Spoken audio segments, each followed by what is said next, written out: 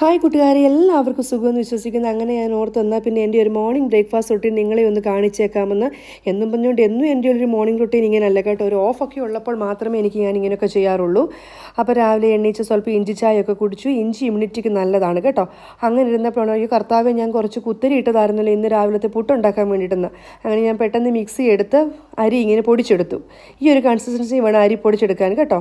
അപ്പം പൊടിച്ചെടുത്ത് കഴിഞ്ഞതിന് ശേഷം സ്വല്പം ഉപ്പൊക്കെ ഇട്ട് ഇതിനെയൊക്കെ തിരുമ്മിയിട്ട് ഒരു ഇഡ്ഡലി പാത്രത്തിലോട്ട് ഞാനിത് വാരി കുറച്ച് തേങ്ങ ഇട്ടങ്ങ് പുഴുങ്ങി. കാര്യം എന്നാന്ന് ചോദിച്ചാൽ 5 പ്രാവശ്യം അല്ലെ 4 പ്രാവശ്യം നമ്മൾ പുട്ടുകുറ്റി എടുത്ത് അടുപ്പത്ത് വെച്ചുകൊണ്ടിരിക്കുന്നത് എനിക്ക് അതിനുള്ള സമയമില്ലാത്തത് കൊണ്ട് ഞാനിതാകുമ്പോൾ എളുപ്പമുണ്ടല്ലോ, ഒരു വെടിക്ക് 2 പക്ഷി എന്നുള്ള കാര്യത്തിൽ പെട്ടെന്ന് തന്നെ എൻ്റെ കാര്യങ്ങൾ നടക്കുമല്ലോ എന്ന് ഓർത്തു. അങ്ങനെ ഇത് അടച്ചു വെച്ചുകൊണ്ടിരുന്ന സമയത്ത് ഞാനോർത്ത് എന്നാൽ കുഴപ്പമില്ല, കുറച്ച് പപ്പടം കൂടി ഇട്ട്, പപ്പടവും പഞ്ചസാരയും പുട്ടും കൂടി എനിക്ക് കഴിക്കാൻ വളരെ ഇഷ്ടമാണ് കേട്ടോ. അപ്പോൾ അങ്ങനെ ഞാൻ പപ്പടം കൂടെ ഉണ്ടാക്കി. എന്നാൽ ഞാൻ ഓൾറെഡി കടലക്കറിയുടെ ഉണ്ടാക്കി വെച്ചിട്ടുണ്ടായിരുന്നു. വീണ്ടും അടുത്തൊരു വീഡിയോയിൽ കൂടെ നമുക്ക് കാണാം.